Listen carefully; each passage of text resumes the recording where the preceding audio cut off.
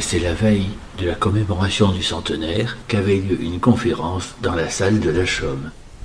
Nous allons parler de la tragédie du paquebot Afrique. C'est Roland Mornay qui assure la conférence devant une salle pleine. Il avait préparé un certain nombre de documents, avec bien sûr le commandant Ledu, ce commandant de 44 ans, qui sombra avec le navire. Il y avait une personnalité, en la personne de Monseigneur Jalabert, qui se rendait à Dakar avec des missionnaires. Il faisait partie des 300 passagers civils, auxquels il faut ajouter près de 200 tirailleurs sénégalais. Avec l'équipage, il y avait donc en tout quelques 600 personnes. Le paquebot Afrique fait 119 mètres de long par 14 mètres 75 de large. Il a été construit en Angleterre en 1907. Sa vitesse de croisière est de 12-13 nœuds, mais il fit 17 nœuds 5 aux essais. Il assure depuis des années la ligne Bordeaux-Dakar et dessert plusieurs ports de l'Afrique occidentale française. Le 58e départ de Bordeaux eut lieu le vendredi 9 janvier 1920 à 19h.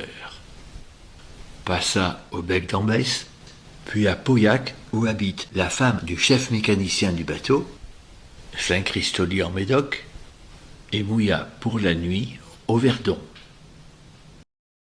Le temps n'était pas très beau, et sans doute le commandant Ledu le savait, il manquait une bouée à l'estuaire de la Gironde.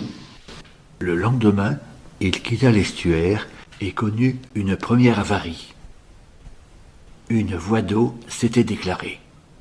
Comme le Lutetia, l'Afrique a touché les vestiges d'une épave coulée pendant la guerre 14-18. Il y en a eu beaucoup, une épave vestige d'un bateau coulé pendant la guerre 14-18. Mais il n'a jamais été admis que cela s'est passé de la sorte. Officiellement, la première voie d'eau de l'Afrique, eh bien on ne sait pas. Le chef mécanicien demanda de ralentir la vitesse pour être moins secoué, car il y avait de la tempête. Mais celle-ci augmenta et les machines faiblirent.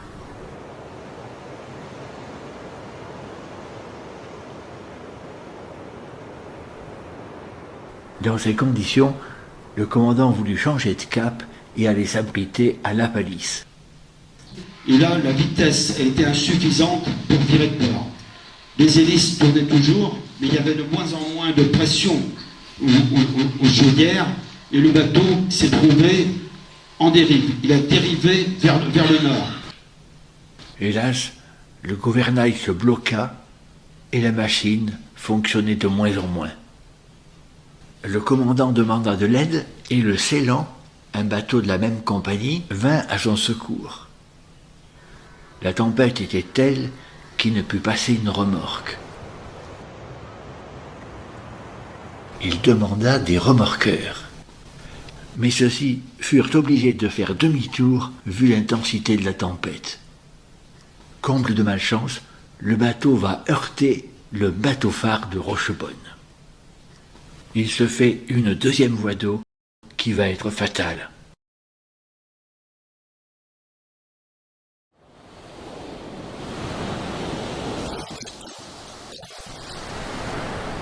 Ordre est donné de quitter le navire. Dans une telle tempête, presque tous les canots de sauvetage se retournent lors de la mise à l'eau. C'est la tragédie.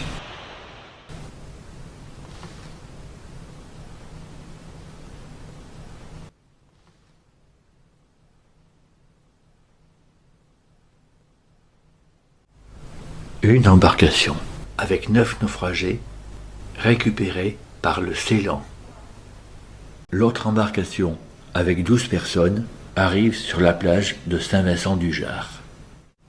Le radeau où purent s'agripper 13 tirailleurs sénégalais.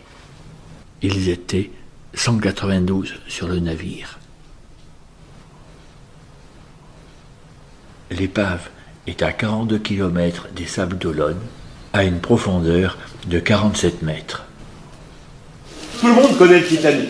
Nous, en Vendée, on a le Titanic de Vendée par l'Afrique. Ce naufrage, qui a hanté votre esprit, mais également la nôtre, dont un certain nombre de plongeurs, ici anciens, qui depuis des dizaines d'années ont risqué leur vie et ont même laissé leur peau pour établir une anatomie de cet état. Voilà les belles images de Michel Vrignot parcourant l'épave. Ces images sont extraites de son film de 22 minutes, disponible sur un DVD. Et à partir de multiples photos, fut reconstituée l'image de l'épave aujourd'hui. On constate que les superstructures sont tombées. On voit bien les 6 chaudières du navire. Les 2 machines à vapeur à triple expansion.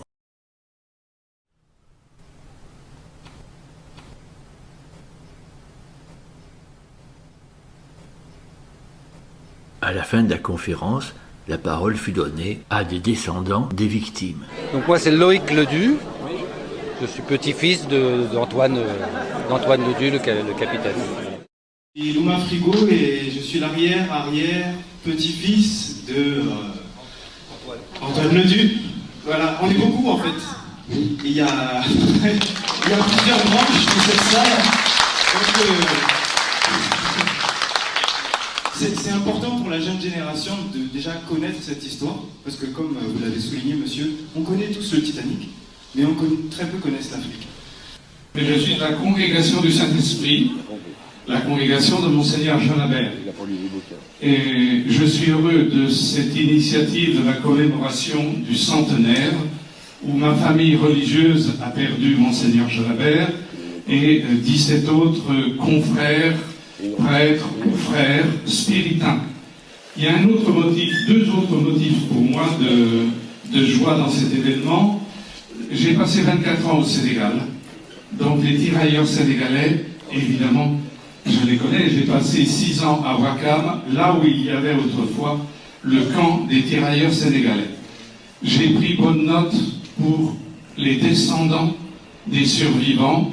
Peut-être qu'une collaboration permettrait de retrouver certains noms et sur place là-bas de mener des enquêtes. Ils auraient peut-être des témoignages à partager. Je voudrais remercier Roland Mornay, que je connais depuis fort longtemps maintenant, puisque j'ai beaucoup travaillé la question aussi, j'ai été voir beaucoup d'archives, donc je dis qu'il a vraiment une vue tout à fait adéquate de ce qui s'est passé. Donc voilà, je voulais le remercier. Continuez si vous voulez. Moi je continue de mon côté. J'ai été voir toutes les archives à Marseille, parce qu'il y a beaucoup d'archives à Marseille de la compagnie des chargeurs réunis qui ont déposé leurs archives quand elles ont disparu, parce que c'est une compagnie qui a disparu. J'ai fait une partie de ma carrière aux chargeurs réunis. Donc, vous voyez, je remercie M. Mornay. Continuez, moi je continue de mon côté.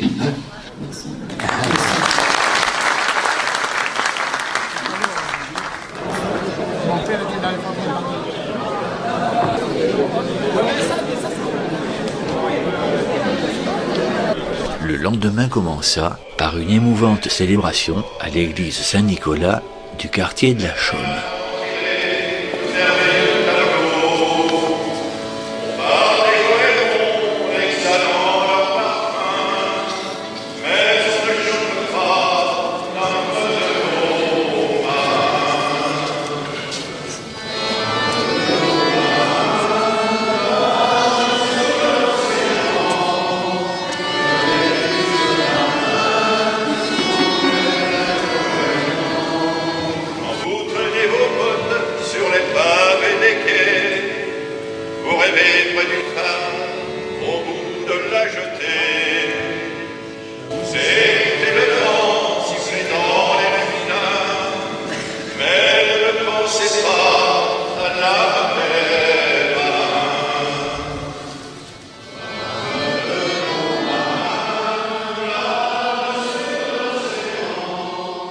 Simon Boyard, je suis l'arrière-petit-fils du commandant de Dieu. Alors c'était un héros. C'est un héros pour moi, pour toute la famille bien sûr. À son bord, 602 passagers, parmi lesquels mon grand-père, Louis Adonier, directeur par intérim de la compagnie française des chemins de fer du Dahomey. Le 26 janvier Vers 9 h du matin, un bateau de pêche de l'île Dieu repêche le corps d'un homme flottant au large de l'île, à 1 mille nautique environ de la pointe de la Tranche. Parmi les pièces retrouvées sur lui qui permettront son identification, figure une carte de visite qui porte les stigmates de son immersion, libellée au nom de Louis Adenier, sous-directeur des chemins de fer du Dahomey. Cette fois, le corps de mon grand-père est enfin retrouvé.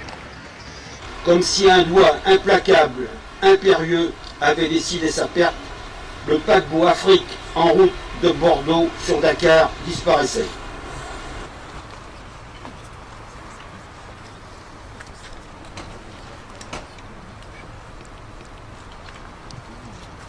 À la mémoire des victimes du paquebot Afrique, de toutes les victimes, sans distinguo de statut social, de nationalité, de race ou de religion.